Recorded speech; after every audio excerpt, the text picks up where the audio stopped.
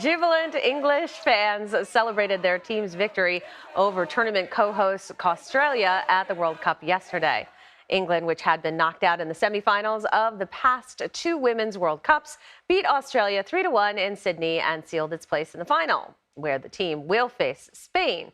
It is the first time either team has reached a Women's World Cup final. CBS News senior foreign correspondent Charlie D'Agata is following the latest from London. Charlie, good morning. First off, what happened in this match?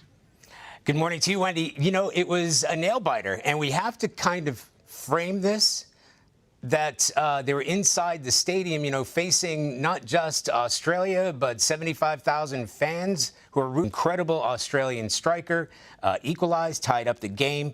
Lauren Hemp then scored the next goal, which put England ahead, and then Alicia Russo sealed the deal in the end and put England into the World Cup. And this is historic, because as you said, it's never happened in the history of England's women's team. In fact, it hasn't happened for the men's team since 1966.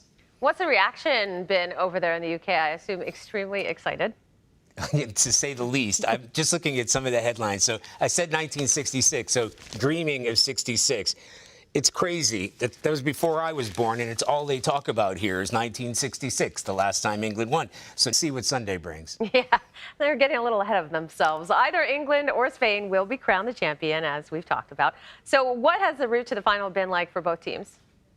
Yeah, Wendy, you know, both very, very good teams. And it meant that they had to get past some very good teams. For England, they had to get through. It went down to penalties. So I wouldn't say they're lucky to be here because they got through on penalties.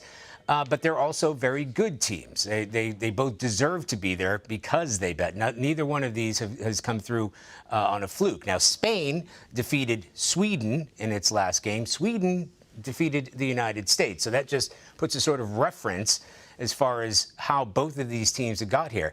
And it's kind of going to be equal pegging. Spain's team is, you know, relatively young, but for both of these teams, it's the first time that they will have faced a championship. So it's going to be a good match. Yeah, you're an American in London. You're going to root for England, I assume? Of course, it's my second home. I've got a British wife. I've got British children, of course. In fact, I've been